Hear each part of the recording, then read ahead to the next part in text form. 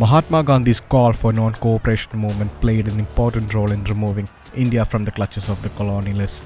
Struggle for independence is not only the story of freedom fighters, but those who relentlessly supported them. When faced with health issues, freedom fighters turned to Dr. Mumtaz Ahmad Ansari and Hakim Ajmal Khan, who were the founding members of Jamia Millia Islamia University. Dr. Mumtaz Ahmad Ansari and Hakim Ajmal Khan did just not spearhead the establishment of JMU, but also extended their relentless support to the freedom struggle by treating agitators and revolutionaries. Dr. Ansari served as a Vice Chancellor of JMU from 1928 to 1936. The member of Congress and Muslim League turned out to be a great ally for freedom fighters who faced health issues. Jamia Millia Islamia, one of the most prestigious universities in India, was born out of Mahatma Gandhi's call for non-cooperation movement to resist the Britishers. The university, established on October 29, 1920, passed over a century, and it has been playing a pertinent role in the socio-political discourse of the country.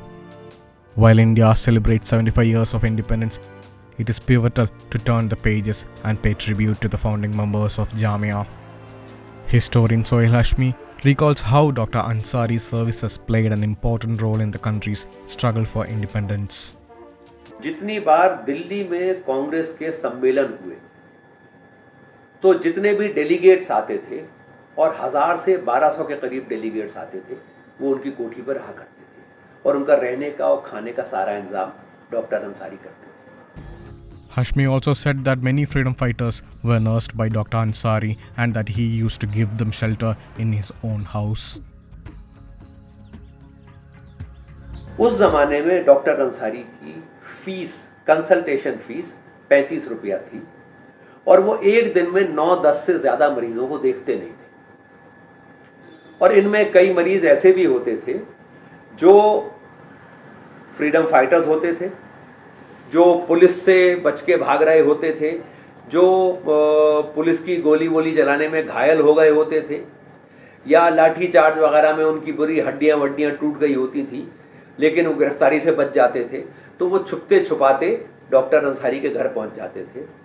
Doctor Ansari उनका इलाज करते थे, उनको अपने घर में रखते थे, उनका रहने का खाने का सारा इंतजाम करते थे, और जब उनको वापस जाना होता था तो उनको घर जाने का किराया भी देते थे. और उसमें एक मशहूर नाम डॉक्टर मूलराज मेहता का है, जो खुद भी डॉक्टर थे, फ्रीडम फाइटर थे और बीमार थे, और वो डॉक्टर अंसारी के क्लिनिक पहुंचे, उनके घर पहुंचे. डॉक्टर अंसारी ने 3 महीने उन्हें अपने घर में रखा, उनका इलाज किया, सारा दवा का, रहने का, खाने का सारा खर्चा डॉक्टर अंसारी ने उठाया. और जब वो ठीक होकर वापस जा रहे थे तो डॉक्टर अंसारी ने उनको घर जाने के खर्चे के लिए 300 रुपये दिए. तो डॉक्टर मूलराज ने कहा कि मैं ये कैसे पैसे ले सकता हूँ डॉक्टर साहब, आपने इतना मेरे लिए किया है. तो उन्होंने कहा तुम मेरे बेटे जैसे, मेरी कोई औलाद नहीं है. जोहरा जो मेरी बेटी है वो मेरे एक रिश्तेदार की बेटी थी, जिसको मैंने गोद ले लिया था, उसको मैंने पाला है. जितनी वो मेरी बेटी है उतना ही तुम मेरे बेटे हो, और तुम ये मना नहीं कर सकते. अब उनको पंजाब लौट के जाना था, कितना खर्चा होता उस जमाने में ट्रेन का खर्चा, लेकिन वो सब उन्होंने दिया. Hashmi recalls that freedom fighters from different ideologies, whether be it Congress, Socialist, Communist, or people from the underground movement, everybody used to come to Dr. Ansari and took shelter at his house when needed. उस जमाने में freedom struggle के दौरान, आज़ादी के लड़ाई के दौरान जितने भी फ्रीडम फाइटर्स थे जिनको इलाज की ज़रूरत होती थी, वो दिल्ली अगर पहुंच सकते थे तो वो डॉक्टर अंसारी के घर रहा करते थे. और इसमें सिर्फ कांग्रेसी नहीं थे, इसमें समाजवादी भी थे, इसमें दूसरे पॉलिटिकल विंग के लोग भी थे, उसमें लेफ्ट के लोग भी थे, उसमें कम्युनिस्ट भी थे, उसमें अंडरग्राउंड मूवमेंट के लोग भी थे. वो सब के सब डॉक्टर अंसारी के घर छुपा करते थे और डॉक्टर अंसारी उनकी मदद किया करते थे. बिल्कुल ये बहुत बड़ा रोल था उनका. और ये उन लोगों में से एक थे जिनके बारे में गांधी जी ने जब दिल्ली आके पूछा कि दिल्ली का बादशाह, दिल्ली में तुम्हारा बादशाह कौन है, तो लोगों ने उनको 2 ही नाम दिए थे, एक हकीम अजमल खान और एक डॉक्टर अंसारी.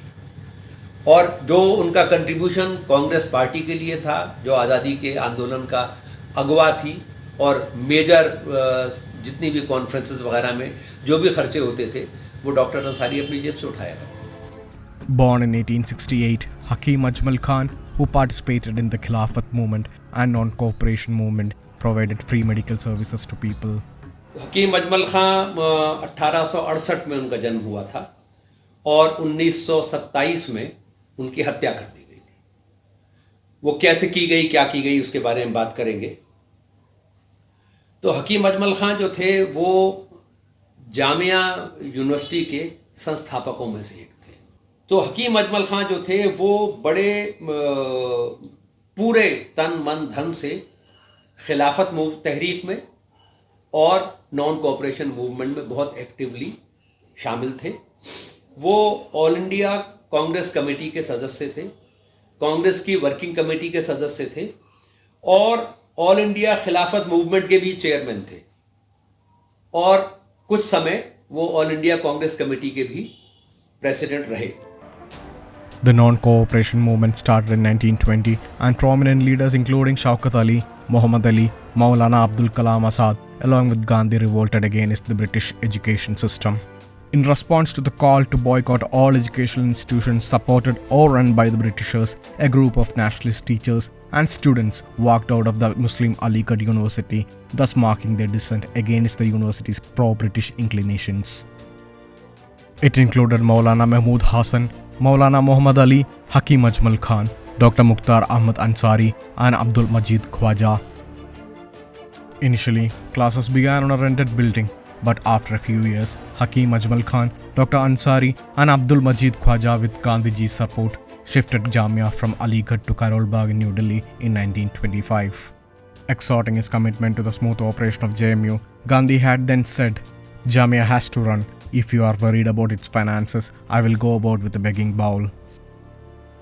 जिस वक्त जामिया की स्थापना हुई उस वक्त हकीम अजमल खां उसके चांसलर बने 1920 में और 1920 से 1927 तक जब उनकी हत्या की गई उस वक्त तक वो उस यूनिवर्सिटी के चांसलर रहे।